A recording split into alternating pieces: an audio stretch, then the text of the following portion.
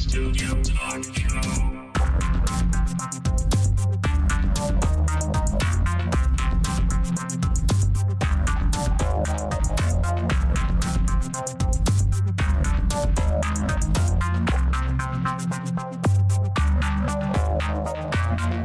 Visual Studio Talk Show. Bienvenue à une nouvelle émission du Visual Studio Talk Show, le podcast où on discute d'architecture logicielle avec la plateforme Microsoft. Je m'appelle Mario Cardinal et je suis accompagné de Guy Barrette. Salut Mario, comment vas-tu mon cher? Je vais bien. Ben, il fait tellement chaud, mi-octobre, presque fin octobre. Non, l'été des Indiens, je pense que c'est terminé ces derniers jours-là. On était gâtés, là. On va rentrer dans le vif du sujet, c'est-à-dire le froid qui va arriver.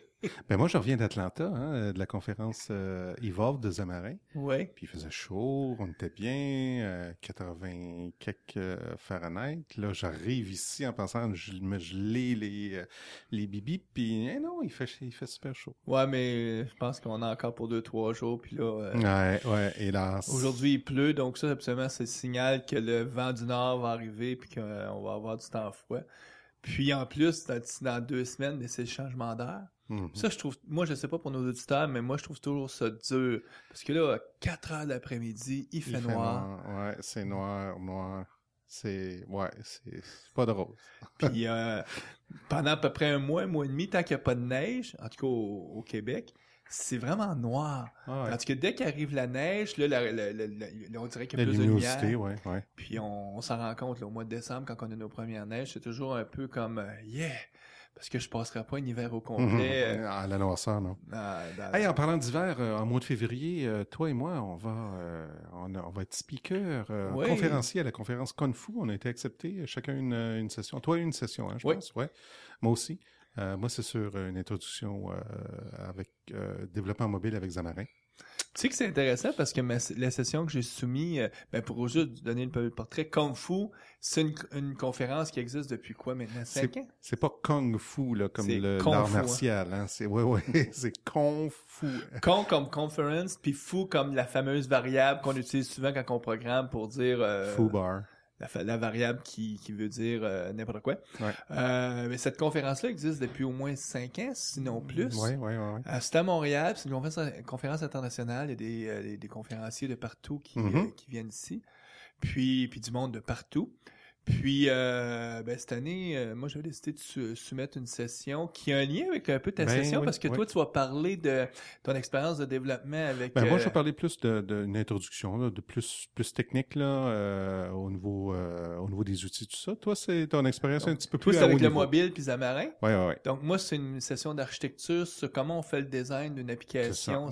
C'est essentiellement le vécu de ce que je vais raconter ce que j'ai vécu dans les derniers 12 mois. Tes douleurs, tu vas partager tes douleurs et tes peines. Oui, parce que je développe un gestionnaire de tâches pour téléphone iOS, Android, Windows Phone. J'utilise Xamarin Form, puis toute la conception, le design, comment on va avoir des interfaces qui se ressemblent partout, puis les principes surtout de design, de simplicité. Donc, c'est un peu ce que je vais raconter dans ma session. Intéressant.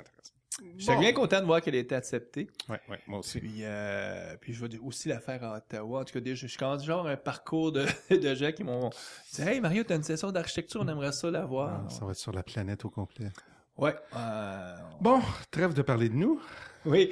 Notre invité aujourd'hui, c'est Christian Issibini. Salut Mario. Salut Guy. Salut, ça va bien? Oui, ça va très bien. Oui. Ouais. On est bien content de pouvoir faire une émission avec toi, Christian. Surtout que, écoute, contrairement à moi et Guy qui approchons bientôt tu as de 25 ans, 30 ans d'expérience sur le marché du travail, toi, t'es un jeune étudiant. T'étudies présentement à l'Université de Montréal? Oui, j'étudie à l'Université de Montréal. Puis, et ça fait... 2 ans maintenant que tu étudies au Québec? Oui, ça fait environ 2 ans et demi que je suis ici. Ouais. Donc, en quoi tu étudies à l'Université de Montréal? En informatique. Informatique au niveau bac Là, ou je suis en train de maîtrise? compléter un baccalauréat. Donc, tu complètes un bac? Oui. En informatique au niveau sciences ou en génie informatique? Informatique fondamentale, c'est Ouais, donc comme ça qu'ils appellent le ça. côté Ouais. plus scientifique Précédemment, avant de venir au Québec étudier, tu avais fait aussi un parcours, un cursus scolaire au Cameroun. Oui, j'ai fait des études supérieures à l'université, un cursus équivalent au baccalauréat. Ouais, c'est ça. Ça, parce que rapidement, un peu avant l'émission, tu me racontais un peu ton parcours. Écoute, toi, tu as commencé à faire l'informatique, là, tu étais jeune, t'as pas découvert ça à l'université. Non, pas du tout, pas du tout. Mes premiers contacts, c'était, j'avais environ 11 ans. Oui, de nature très curieuse. Vers 13 ans, je commençais déjà à m'amuser avec du Basic, etc. 15 ans, C'est quoi le type d'ordinateur que tu utilisais à ce moment-là?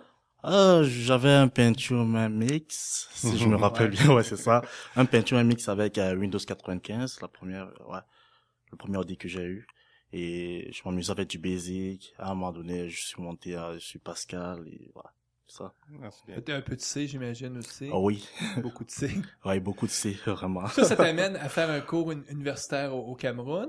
Puis avant de venir étudier ici au Québec, t'as eu ta propre entreprise, je pense, au Cameroun. Oui, c'est ça. En fait, j'ai fini les études au Cameroun il y a environ 4 ans et là, j'ai fondé ma propre entreprise où je faisais beaucoup de développement web.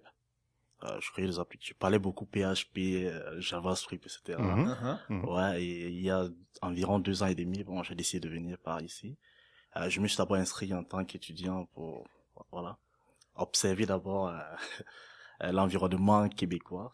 C'était d'abord ça le but. Mhm. Mhm. Puis là, t'es arrivé, j'imagine, au début de la session, à la fin de l'été. Là, il y a 2 ans, 2 ans et demi. Oui. Puis, donc, t'as passé le premier hiver. Oui. Parce que c'est souvent le critère, hein. Les gens, au premier hiver, ils décident que oui, ils pourraient vivre au Québec ou non. Ils disent non, moi, je retourne, c'est trop pour moi. Parce que c'est tout ça pour amener le fait que tu es dans le processus pour accéder à la capacité de rester au Canada après tes études. Oui, en fait, moi je suis un gars de compétition, donc du coup, je n'allais pas me laisser défaire par par le climat assez défavorable, mais sinon, ouais. C'est vrai, je l'ai trouvé très très très rude le premier hiver ici, mais Faut s'acheter des bons manteaux. ouais, mais des fois. Et ce qui est drôle, c'est que ma blonde, elle vient de la Gaspésie, ce qui fait que mon premier hiver, en fait, je l'ai passé en grande partie en Gaspésie. Oh my Ah, God! No! Vous pouvez imaginer un peu, mais bon, jusque là, c'est C'est drôle tu sais qu'il y a un humoriste au Québec, Boucard Diouf, ouais. qui vient pas du Cameroun, parce que les Diouf, c'est... Oh! Dans l'Afrique de l'Ouest, là. Ouais, il vient en tout cas d'Afrique de l'Ouest, j'oublie son... Sénégal, Mali. Sénégal, Ouais, je crois. ouais, Il vient du Sénégal. Sénégal. Et lui aussi, bon, lui, il était venu étudier, faire des études postdoctorales, je pense, à Rimouski, qui est dans le bas du fleuve.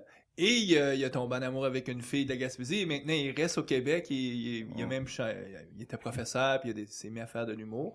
Donc, je voyais une certaine similitude. Ouais, ça se ressemble. Ouais, ça se ressemble pas mal. Peut-être qu'un jour, on va le voir à la télévision comme humoriste. Qui sait peut-être. Mais pour l'instant, on a plus de chances de te voir devant ton ordinateur en train de programmer. Hein. Ouais, pour le moment. Ouais. Tout à fait. Écoute, outre le fait que t'es à l'université, tu es t'as eu la reconnaissance par Microsoft comme MVP, Ouais. qui est, bon, le terme anglophone, c'est Microsoft Most Valuable Professional. Professional, ouais. Ce qu'on peut traduire par les professionnels qui ont une certaine valeur. Je sais pas comment traduire ça, mais... Un professionnel de valeur. Pour nos auditeurs qui connaissent bien le baseball, il y a une similitude entre, tu sais, au baseball, quand on dit Ouais. MVP, c'est un joueur du étoile. Le most valuable player. Ouais. Puis je pense qu'il y avait, en tout cas pour les Américains, il y a une Ouais. certaine, ça voulait dire ça aussi un peu dans Ouais. ce prix-là. Donc, tu as gagné ce prix-là cette année pour tout le travail que tu fais au niveau du développement avec la plateforme Windows Phone surtout. Windows Phone, Windows 8 aussi, ouais.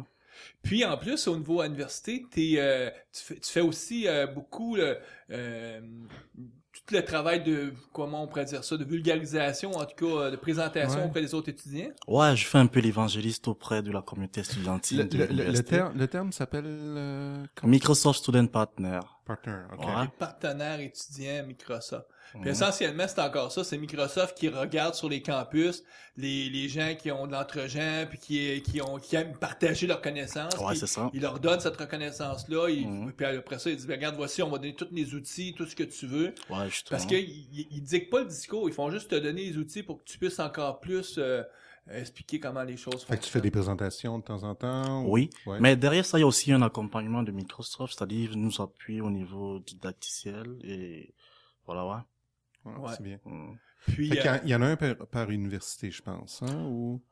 Certaines universités en ont plus de 2. OK. Ouais, mais ici, bon, je me suis retrouvé tout seul à l'université de Montréal. mhm. Ouais. Ah, ben, c'est bien. Puis ton prix que tu as gagné de Microsoft, c'est comme programmeur pour la plateforme Windows, Windows Platform. Ah, le... Windows Platform Development. Exactement, C'est ça. exactement. Ouais. Mais c'est assez nouveau ça, parce que dans le passé, il y avait comme 4 ou 5 types de MVP qui étaient tous reliés au développement au niveau de Windows. Je sais qu'il y avait des MVP clients. Client Development, Silverlight et Silverlight. Windows Phone. Ouais. Ouais. Puis là, ils ont tous fusionné ça sous une seule étiquette. Oui, avec l'avènement des applications universelles aussi, bon, c'est... Puis ça tombe en lien avec notre sujet aujourd'hui parce qu'on veut mhm. expliquer aux développeurs, à nos auditeurs, qui est le nouveau modèle de programmation que Microsoft met de l'avant, qui est les applications universelles, qui est essentiellement de fusionner le développement pour les applications, pour les tablettes RT, les téléphones Windows Phone, qui à l'époque se programmait avec Silverlight, et les applications Windows 8, puis tout ramener ça sous un modèle universel. Ce qui n'est pas de mince tâche. Hmm. Ouais, effectivement, les applications universelles, c'est une nouvelle façon de créer une seule application qui tournerait sur toutes les plateformes, c'est-à-dire les téléphones intelligents, les tablettes, les PC et les Xbox. Ouais. Oh, le Xbox aussi? Ouais, on a vu une démo. Pendant le build, là, ils ont fait une démo montrant Ok. une application tournant sur tous les appareils. Ouais. Mais là, c'est pas Donc- un peu trop ambitieux, ça, de faire rouler une application sur toutes ces plateformes-là? Oui, ça peut paraître ambitieux, mais dans la pratique, ça vient faciliter la tâche à tout le monde, pour le développeur, pour le client. Mhm. Ouais. Déjà, au niveau des clients, déjà, en tant que client, tu n'as qu'à acheter une seule application OK. que tu télécharges sur toutes les plateformes. Tu bénéficies de la même expérience utilisateur à Mhm. travers toutes les plateformes. Ou en tout cas une expérience utilisateur unifiée, parce que j'imagine sur un Xbox, quand tu as une télévision de 50 pouces ou 1,5 m, puis après ça, que tu tombes sur ton téléphone Windows que lui a à peu près juste 10 cm, l'expérience peut pas être la même. Il peut avoir le même... Look and feel, mais... mais veut pas...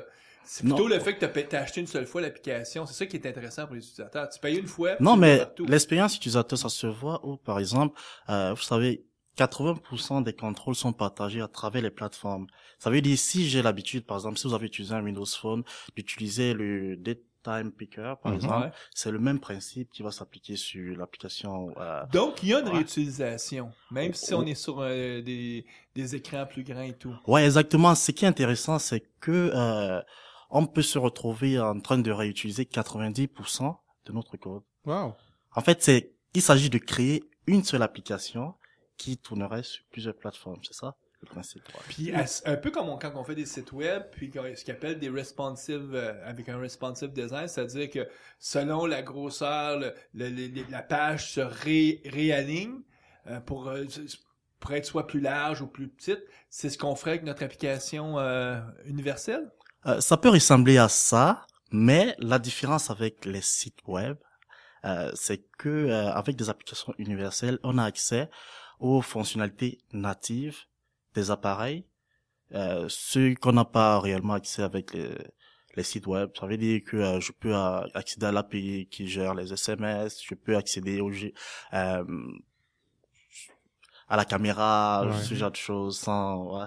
Fait que l'API, la plateforme expose le matériel là, qui normalement est pas exposé à des pages web. Oui, c'est ça. Et en plus de ça, on n'est pas lié à la contrainte des navigateurs qui, des fois, vont gérer les affichages de manière différente, Ouais. créer des comportements Mais différents. Christian, nonobstant ça, reste quand même que le programmeur va devoir, lui, par exemple, dynamiquement inspecter quelle est la grandeur de l'écran, la résolution que j'ai, puis là, ajuster l'expérience utilisateur en conséquence, parce que tu veux pas, sur un écran, par exemple, d'1,5 mètre, voir juste 10 cm par 10 cm, parce que l'application pense, elle fait pas la découverte dynamiquement sur quelle plateforme elle est. Oui, c'est sûr que faudra essayer de respecter les standards d'affichage et autres, mais avec les applications universelles, déjà ça c'est chose qu'on ferait si on vient à créer des applications pour chaque plateforme. Mhm. Mhm. Mais la bonne chose avec les applications universelles, c'est la factorisation en fait. C'est voilà, on regroupe tout. Et c'est juste dealer avec ces dimensions variables et tout qui... Fait que concrètement, est-ce qu'on construit un UI ou est-ce qu'on se construit un UI par plateforme, puis ensuite le rendu, dépendamment de où l'application roule, change automatiquement? Est-ce qu'on fait plusieurs UI selon la dimension ou juste un? Parce qu'aujourd'hui, avec la même application universelle, on peut cibler un Windows Phone, Oui. on peut cibler une tablette Windows 8, et on pourrait cibler aussi un Xbox. Oui. Donc, est-ce que pour lui, il y a juste une surface visuelle qui est utilisée, un seul designer visuel? Non, il y a chaque plateforme a sa gestion de vue. Ah, ok. Chaque plateforme a sa gestion de vue, mais derrière ça, les mécanismes de gestion de contrôle, etc., sont généralement partagés. Ok. La logique d'affaires, toute la logique est réutilisée, tout Ouais, ça. c'est ça. Il y a juste au point de vue UI où là, il faut faire des petits ajustements, Oui. mais c'est pas drastique parce que ça roule sur la même base. là. Oui, exactement. Ok. Donc là, concrètement, quand je suis dans mon Visual Studio, il y a un nouveau type de projet qui va s'appeler Universal App. Oui, avec l'update RC2 de Visual Studio Donc, avec 2013. 2013. Oui.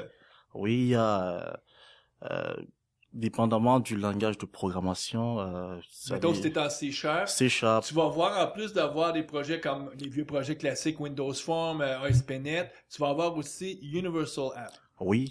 Donc là, il faut choisir ça. Des modèles Universal App, exactement, il faut choisir ça. Puis là, quand tu choisis ça te crée une solution. Est-ce qu'il va avoir un seul projet dedans ou il va avoir autant de projets que tu aurais de plateformes que tu cibles? Oui, il y a autant de projets, plus un share project. Donc, projet c'est un partagé. peu le même Ouais. modèle que que Xamarin fait à ce moment-là. C'est-à-dire que tu as la grosse solution, tu as un projet qui est un projet comme universel et tu as aussi par plateforme des projets très spécifiques, où là tu vas aller mettre le code qui serait spécifique pour Windows Phone par exemple, ou puis un autre projet où tu mettrais le code qui serait spécifique pour l'application Windows 8. Est-ce que... je dirais oui et non, parce que avec les applications universelles au niveau du projet partagé, on peut utiliser des directives de compilation conditionnelles. On n'a pas besoin d'être forcément dans la solution concernant Windows Phone pour parler des spécificités Windows Phone. OK. Ouais. Puis avec ça vient aussi, j'imagine, des nouvelles classes que Microsoft... autant que possible, on réutilise les classes qui existent déjà, mais Microsoft a peut-être eu besoin de créer des nouveaux espaces de nom, des nouvelles classes ou... Normalement, pour ceux qui développent déjà sur Windows 8, Windows 8.1, pratiquement rien n'a changé parce que la plateforme, tout se repose sur la plateforme Windows Runtime, dont Qui, elle, est toujours la même que... qui est toujours la même. Mais par contre, ceux qui qui faisaient essentiellement le développement Windows Phone avant, doivent juste se réajuster un peu. Ah oui, parce que avant, ils développaient des applications Silverlight. Là, maintenant, ils font des applications natives, qui deviennent dans une native, en tout cas, qui deviennent natifs avec un runtime.net. Oui, ça, c'est quand ils vont cibler, exactement, quand ils vont cibler les applications universelles. C'est vrai, ils ont la possibilité de continuer avec, aujourd'hui, on parle plus vraiment de Silverlight. Ça a changé. Ouais, ils peuvent continuer avec le code hérité des applications. On s'entend que c'est quand même du Silverlight en arrière, là. C'est du vieux patrimoine. Ouais, ben, quand on va oublier, on oublie, c'est ça.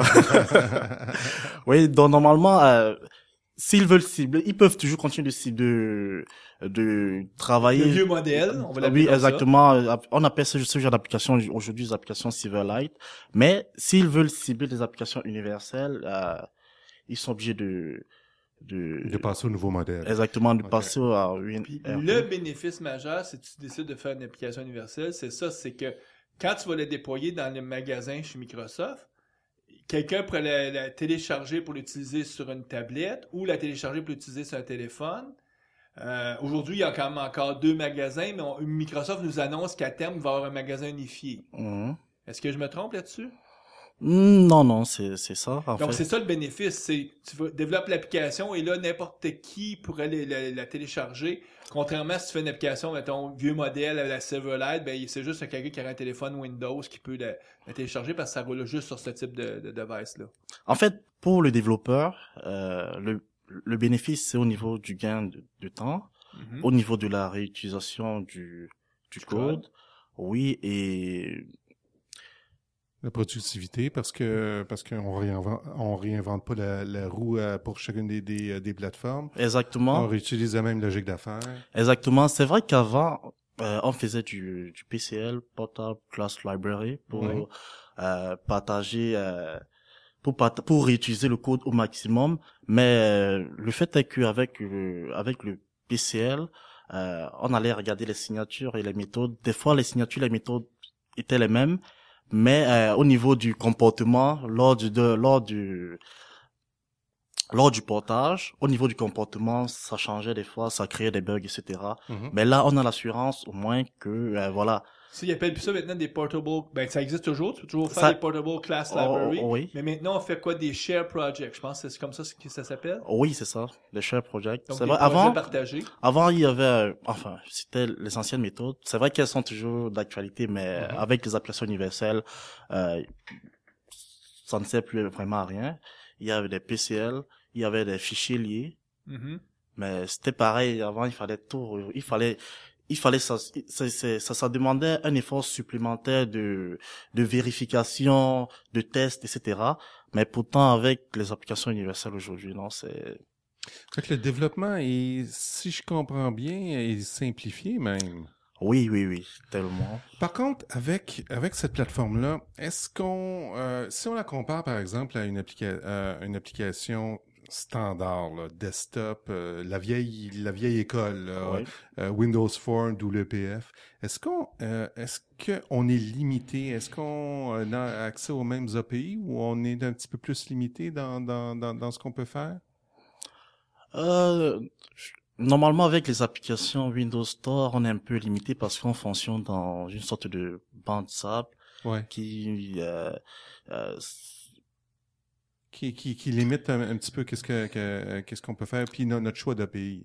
Oui, c'est ça. OK. Mais sinon,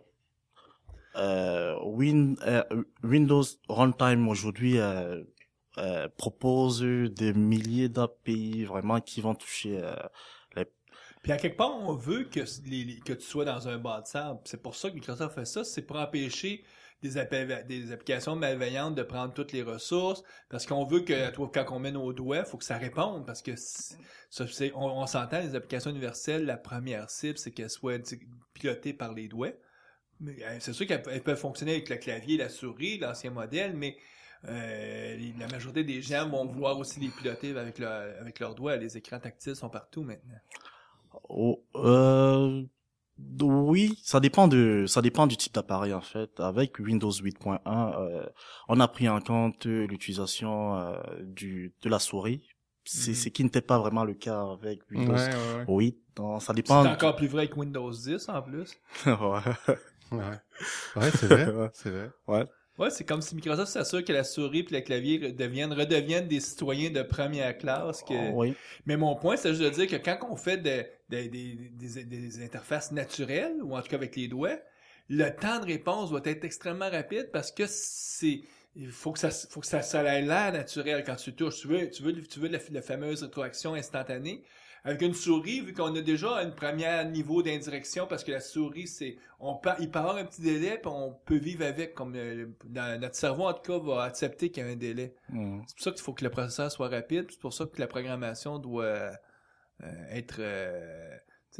tu le sais, là, quand on fait de la programmation, maintenant, on utilise toujours des API async, asynchrone, pour s'assurer que le temps de réponse est toujours rapide. Ça répond. Tu parlais tout à l'heure de la Xbox. Moi, je suis curieux parce que, bon, t'as peut-être vu une démo. Oui.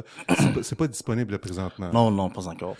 Mais là, au niveau d'interface, là, on est à 2 mètres, 3 mètres du téléviseur. Est-ce qu'ils vous ont montré l'utilisation de la manette ou même de Kinect, peut-être?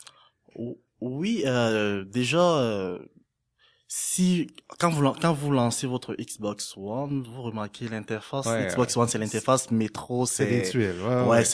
c'est exactement la même manière de naviguer, ça ne change pas. OK. La différence dans ce cas-là, c'est que si t'as une Kinect, tu fais juste aller tes mains et t'as un curseur qui apparaît à l'écran pour te donner une rétroaction comme utilisateur. Ouais, vous pouvez utiliser la manette, la Kinect, sûrement, ouais. Ah, intéressant. Puis, est-ce qu'ils ont été plus loin dans le démo? Est-ce qu'ils ont expliqué un petit peu comment ça interagissait avec soit la manette ou... Non, pas vraiment, mais déjà avec l'utilisation usuelle de Xbox One, on sait déjà comment ça se passe. On a accès à pas mal d'applications sur la Xbox comme Skype, Internet Explorer. Donc, j'imagine que c'est... Ouais, c'est comme un curseur, là, finalement. Ouais, exactement, ouais. Ah, c'est intéressant. Fait que c'est une autre version de Windows, je comprends bien. Puis aujourd'hui, avec le Xbox One, est-ce qu'on a accès au fameux magasin où on peut acheter Il y a un magasin, originalement c'était plus pour nous vendre des jeux, mais les applications que les gens vont développer, ils vont pouvoir aussi les utilisateurs vont pouvoir les consommer, les acheter par ce magasin-là aussi, j'imagine. Pour le moment, les applications universelles ne sont pas encore disponibles dans Ouais. le store du Xbox, mais depuis la Xbox 360, je crois,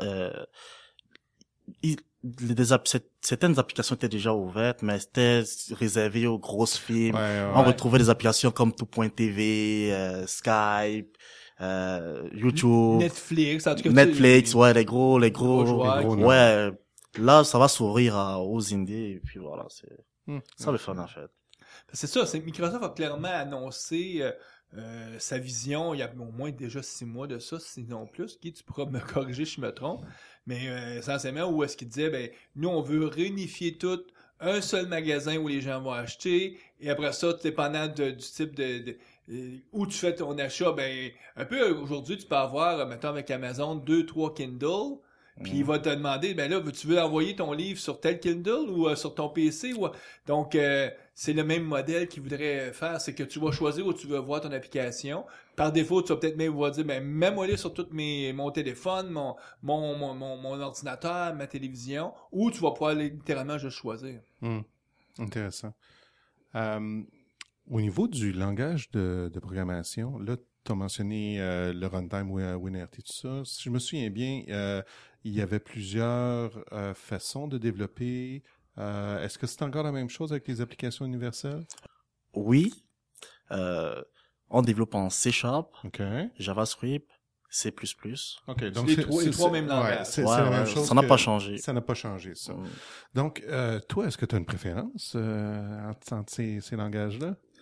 Je joue beaucoup avec du C# et du JavaScript. Okay. Déjà, s'il faut rentrer dans le passé, avant je développais pour les plateformes Microsoft.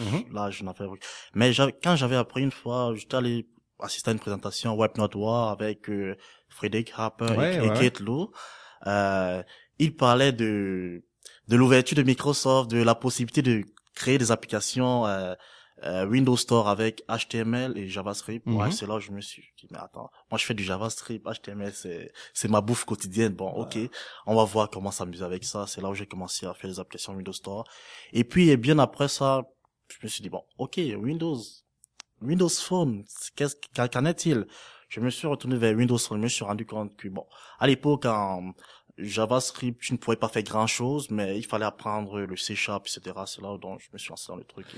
Fait qu'au niveau de développement, est-ce que tu vois des limitations à sélectionner une voie ou l'autre, c'est-à-dire la voie soit C# ou la voie WinJS, JavaScript? Avant, oui. Aujourd'hui, non. Avant, les applications Windows Phone, je les faisais exclusivement en C#. OK. Mais aujourd'hui, je m'amuse à... Avec les Universal Apps, justement, c'est un des bénéfices que ça amène. Oui, depuis l'avènement de WinJS 2 sur Windows Phone 8.1, Ouais. oui, on a ouvert WinJS sur Windows Phone. Donc là, je m'amuse maintenant à créer des applications. Bon, ça dépend en fait de mon feeling, de ce que je veux, parce qu'on a accès aux mêmes API et voilà, c'est. Fait qu'il y a pas de, il y a pas bon, en termes d'avantages, avantage de plateforme, pas peut-être avantage au niveau du langage puis la familiarité avec qu'on a avec un langage ou un autre, mais au niveau de la plateforme, ils sont équivalentes là, au niveau des langages. Oui et non. Ah, Peut-être que Oui. c'est plus au niveau tu sais, ton XAML ou ton CSS, que là, il y a une différence. Bon, le truc, ça dépend aussi de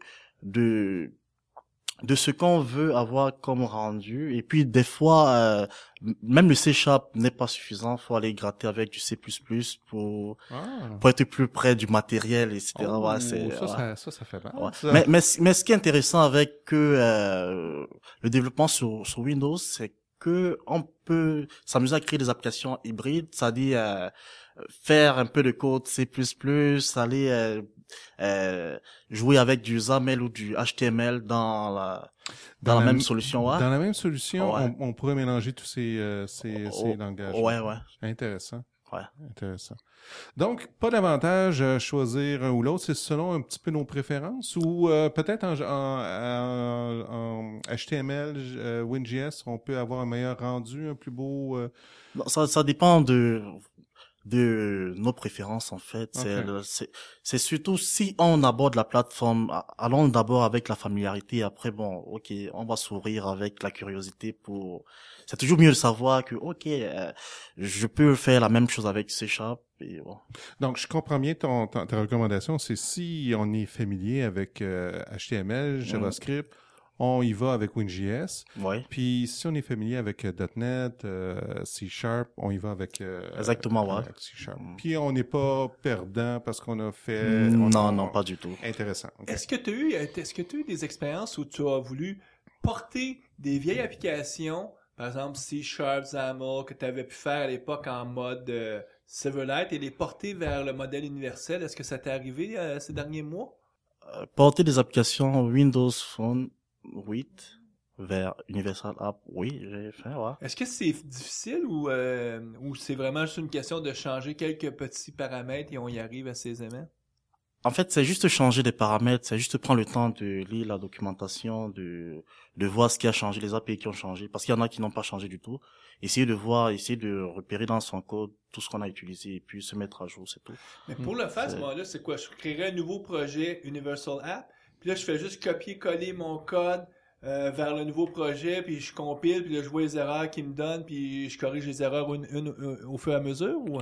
Oui, basiquement, ça peut ressembler à ça, et puis penser à tout ce qu'on peut partager, c'est-à-dire les ressources, fichiers Ouais, ça change pas. Ces choses-là, nos classes, ouais. si on les a codées correctement, les classes sont réutilisables telles quelles. Ouais, c'est ça. Fait que peut-être des ajustements au niveau du rendu, au niveau du UI, peut-être un petit peu à ce moment-là. Au niveau du UI, non, pas vraiment. C'est vrai qu'il y a de nouveaux thèmes qui sont entrés en jeu, mais techniquement, ça reste quasiment la même chose. Par exemple, on ne parle plus de panorama sur Windows Phone, on parle de hub. OK. Ouais, c'est... Donc, les termes ont changé un Les petit peu. thèmes ont un peu changé, mais sinon, dans Juste la pour éliminer technique... le vocabulaire, parce que sur les applications Windows 8, on parlait de hub. Donc là, Oh, il s'assure d'avoir un seul vocabulaire. c'est ça, ouais. Ça veut dire que en Xbox, ça va s'appeler un hub aussi. C'est Donc, ça, ouais. C'est il y exactement aura ça, ouais. plus ce concept de panorama-là. C'est un mot qui vient disparaître. Là. C'est des hubs. Mais... Ouais, c'est ça, ouais. Bon, c'est juste des petits mots qui ont changé, etc. Ouais. Ouais, ben, c'est justement l'universalité, là, Ouais, c'est ça. des différentes plateformes. Puis, au niveau des applications d'entreprise, parce que là, dans ma tête, puis corrige-moi si je me trompe, dans ma tête, quand on parle d'applications universelles, puis Xbox, Windows, le style métro, Windows Phone, on est plutôt du côté consommateur. Est-ce que, d'un, est-ce que je me trompe? Puis de deux, est-ce qu'on peut réussir à développer des applications d'entreprise avec ce modèle-là? En fait, les entreprises sont consommatrices, donc Okay. on ne les dissocie pas vraiment, ça dépend maintenant de la distribution Du modèle de distribution des applications. Ouais, c'est ça. Parce que là, si je développe en entreprise, pour mon entreprise, par exemple, je voudrais peut-être pas passer par le store. Est-ce qu'il y a des moyens d'outrepasser le store puis de faire des déploiements directement en entreprise? Oui, oui. De quelle façon est-ce qu'on les déploie directement sur les appareils ou est-ce qu'on crée un mini store dans notre entreprise? Oui, j'ai entendu que ça sera plus facile pour chaque entreprise d'avoir son mini store qu'elle pourra gérer toute seule ouais. Parce que à la sortie, je me souviens, à la sortie de Windows 8, c'était un des grosses problématiques, là. Les gens d'entreprise regardaient le modèle de développement puis le modèle de déploiement des applications du store. Puis on veut pas passer par là. Puis c'était compliqué aussi au niveau du licensing, tout ça. Je pense que Microsoft a appris ses leçons, là. Puis ouais, on le voit avec l'annonce qu'on fait à Windows 10, ils veulent vraiment revenir vers l'entreprise, donc ça va être inévitable. ouais. Oui, enfin, ces dernières années ont prouvé que Microsoft fait à l'écoute. À chaque fois, ils se réajustent, à chaque fois, ils écoutent, ils voient, c'est ça. Ouais. Donc là, il a annoncé les Universal Apps, ça fait quelques mois maintenant que c'est annoncé. Mais comme c'est souvent le cas, c'est probablement pas... En tout cas, ça va continuer à évoluer. Donc, c'est quoi les choses qui aujourd'hui, manquent dans les Universal Apps, selon ton avis personnel, puis que, selon toi, peut-être un jour, Microsoft va corriger ça? Ou est-ce qu'il y a des choses que, pour toi, vraiment, tu dis, ça... Une lacune ou... Ouais. Des lacunes, non, non, mais je pense plutôt que les applications universelles viennent avec de nouvelles choses qu'on gagnerait vraiment à exploiter. Ouais, Pas que c'est-à-dire, la chose embêtante en fait, c'est pour c'est au niveau des changements d'API pour le développeur Windows Phone.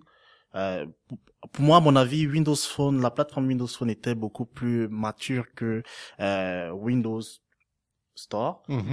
Donc moi je pense. Là, on prend un pas en arrière là, un petit peu. Oui, donc normalement, pour bien faire les choses, il devait exploiter davantage la richesse de la plateforme Windows Phone et pour rendre Ouais. C'est probablement là où il va y avoir encore des améliorations par Microsoft dans les prochains mois, prochaines années, là. Ouais. C'est encore plus réunifié l'expérience de Oui, parce que développement. là, si je te souviens, c'est que Windows Phone, au niveau de la plateforme, était plus avancé que ce qu'on retrouve dans... Exactement, ouais. Fait que là, c'est comme prendre un pas en arrière pour Windows Phone pour être à jour avec finalement le reste des applications universelles C'est ça. pour mieux aller de l'avant. Fait que là, ça fait mal un peu. Oui. OK. Ouais, effectivement, c'est un pas en arrière. Puis Dieu sait que les pauvres développeurs Windows Phone ont été malmenés depuis quelques années. Hein? Oh, Ouais. aïe. Tout à fait. Sauf que je dirais que les développeurs Windows Phone, dans les derniers 6 mois, sont tellement contents de voir Windows Phone 8.1, puis c'est quand même des belles améliorations qui ont été faites dans la plateforme dans les derniers 6 mois. Donc là, ils disent, bon, finalement, on a un téléphone qui est capable de compétitionner avec Android, avec Ouais, iOS. faut juste que ça perce le marché, là, maintenant. Ouais, mais... Ça, c'est une autre histoire, disons. Ouais. Mais reste, en tout cas, moi, dans les derniers 2 ans, j'ai essayé toutes les plateformes, puis je continue toujours à essayer. Puis je reviens, là, en tout cas, si je regarde, là, ça fait quoi, 6 mois que j'ai un Windows Phone, puis je suis pas encore, tu sais, ça reste ma plateforme préférée. Hey, pour ça, en parlant de téléphone, je fais juste un petit aparté. Il y a une compagnie américaine qui a manufacturé de téléphones qui s'appelle BLU, qui ont des téléphones bas de gamme, pas chers. J'en reviens pas. 90$, je pense. Ils ont le modèle, c'est Blue Win Junior, 90$. C'est un modèle bas de gamme, 4 pouces, là, tout ça. Mais il y a un modèle 5 pouces, un beau modèle. Lui, il est 150, je crois. 180$, unlocked, disponible du Microsoft Store canadien. Wow. Là, Parce que si tu regardes, le modèle à 89$, c'est un modèle habituellement dans les plateformes Android, ça serait quelque chose de 150-200$. Puis celui qui est à 190$, c'est l'équivalent d'un téléphone à c'est un Moto G. 300. C'est un équivalent d'un Moto G, là, à peu près à 250$, là, tout ça. Ouais. Là. Fait que, wow, c'est intéressant. C'est pas la vitre, là, c'est pas Gorilla Glass, là. Donc, il y a des petites choses qui manquent, mais par contre, même par rapport à Nokia, oui, c'est Moi, quand c'est j'ai vu intéressant. cette annonce-là, je me suis dit, il y a beaucoup de gens aujourd'hui on va finir la partie là-dessus. Il y a beaucoup de gens aujourd'hui qui se disent, moi, j'ai pas besoin d'un téléphone intelligent, tu sais, les grands-mamans, les grands-papas, là. Mais là, à ce prix-là, parce qu'ils se disent, moi, acheter juste un petit téléphone là, pas cher, mais écoute, à ce prix-là, achète-toi ça, tu vas avoir au moins un paquet de fonctionnalités. Pour le même prix qu'un Android qui, des fois, date de plusieurs générations. Là, Puis que le aux OS dessus est gelé, tu pourras pas mettre à Ouais, jour. c'est ça. Lui est unlocké, complètement. Fait qu'on peut aller avec n'importe quel carrier canadien ou ailleurs. Fait que non, c'est intéressant, ça à garder en note. Puis Microsoft met à jour la version du OS tout le temps, ce qui n'est pas toujours le cas avec Android, donc... Ben, ça dépend des manufacturiers, là. Ouais. Ça, c'est autre chose. Bon, OK, on a parlé de petits petit téléphones. aparté. Ouais, de petits apartés. Fin de la petite aparté. J'imagine, parce que, de par ton intérêt, justement, pour tout ce qui est le mobile, t'as-tu la chance de toucher à des plateformes comme Android, iOS, ces choses-là aussi? Ouais, j'ai juste effleuré, en fait. Je suis pas allé en profondeur. Ouais. Ouais. Juste assez pour quand même pouvoir apprécier que c'est le futur, hein, les téléphones. Tout ce qui est mobilité, là, Ouais. c'est ça. Là. On dit que j'étais à la conférence des marins, là, puis au keynote, on disait que si je me souviens bien, il disait que tout le monde sur la planète éventuellement va avoir un smartphone. Ça va être l'ordinateur de service là, qu'on va utiliser du matin au soir. Puis, quand on regarde, là, tu vois, je regarde, toi, Guy, t'as ton petit... Bon, petit. T'as quoi, c'est qu'un 15-20 que t'as? Ça, Nokia 1520, ouais. Donc, t'as un Nokia 1520 dans tes mains, puis la capacité de calcul que tu as dans tes mains, moi, quand j'étais à l'université, le centre de calcul qui faisait comme à peu près 30 mètres par 30 mètres, tu sais, des grandes salles blanches et tout, ce téléphone-là, qui est un ordinateur, est comme 100 fois plus puissant que ce centre de calcul-là. T'as ça dans ta main maintenant. Donc. Puis, dans 10 ans d'ici, qu'est-ce qu'on aura comme puissance encore là, avec tous les multiprocesseurs? Ça va juste aller en s'améliorant, ouais. Et en parlant justement de mobilité, comme tu as souligné, avec les applications universelles, il y a la synchronisation des données en temps réel. Donc, vous imaginez, l'utilisateur, il va commencer une tâche sur son laptop, il va la terminer sur son PC, il va la continuer sur son mobile, ouais. Ça, c'est un gros avantage aussi, par exemple, et puis, il n'a pas besoin de redéfinir les préférences à chaque fois, de redéfinir, je sais pas, la langue. Ouais, voilà. Je sais que moi, je vis déjà ça un peu avec j'ai un gros utilisateur de l'application OneNote. Ouais. Puis les premières fois que ça m'est arrivé je reprenais mon téléphone, puis j'ouvrais mon OneNote, puis ben oui, ce que je viens de mettre à jour sur le PC est déjà là.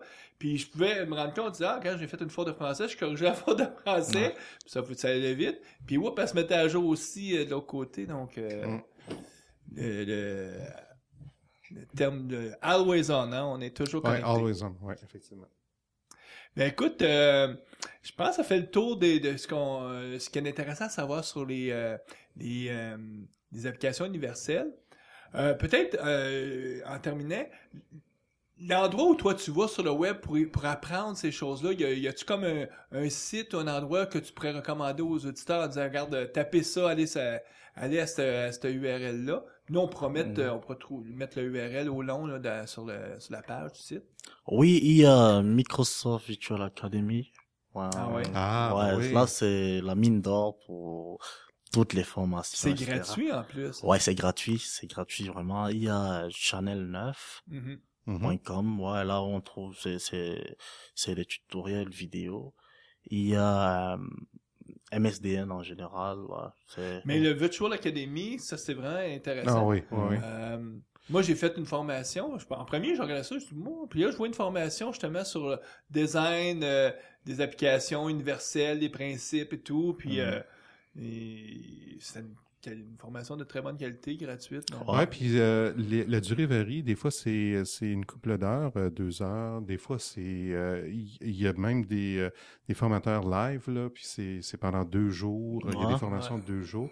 C'est des experts là, dans leur domaine. Puis vraiment, la qualité là est vraiment là. Ouais. Fait que je pense que c'est vraiment bookmarké là dans ouais, justement, dans et c'est très intéressant aussi, surtout les sessions live, parce que il y a la possibilité d'interagir directement poser les questions aux experts qui font des présentations. Ouais. Et aussi une autre chose dans Virtual Academy, il y a le suivi, la progression dans les cours. Oui. Ça c'est très intéressant aussi. Fait qu'un cours peut être fractionné en plusieurs modules. Oui.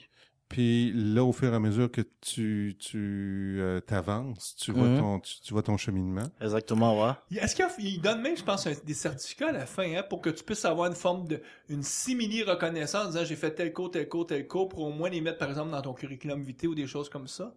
Je suis pas sûr. Non. Tu peux ramasser des points. Des points, ouais. C'est des points que tu ramasses. Ouais, c'est plus des challenges. One leaderboard, ouais. C'est plus des challenges. Là. Comme si on se challengeait de nous trois, là, puis on disait bon ben dans un mois, on va voir qui va avoir récolté les meilleurs points. Mais c'est peut-être intéressant des fois en entreprise, là, motiver un petit peu nos.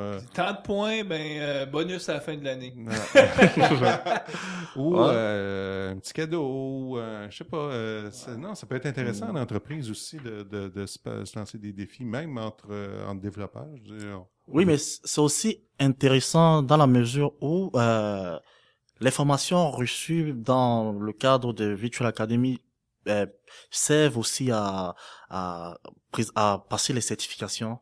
Ah, c'est un bon point, ça aussi. Ouais. C'est une préparation aux certifications. Exactement, ouais. Okay. Le contenu, il est pareil. Donc, mais c'est pas tous les formations qui sont qui préparent aux certifications. Il faut vraiment sélectionner les bonnes. Oui, mais je crois que en fonction de ce qu'on veut, il propose souvent des itinéraires et C'est très intéressant en fait. Tu vois. Ouais, on va mettre le lien nous sur la page web.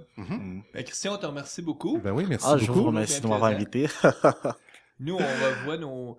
Tu sais, Guy, que c'est cette émission-ci qu'on publie au mois de novembre. C'est notre 10e anniversaire. Ça fait 10 ans qu'on fait des podcasts. Oh boy. On a commencé au mois de novembre en 2004. Ah ouais. Puis là, 10 ans plus tard, on continue à publier des émissions. Donc, on lâche pas. On pourra mettre une musique de Yeah, party!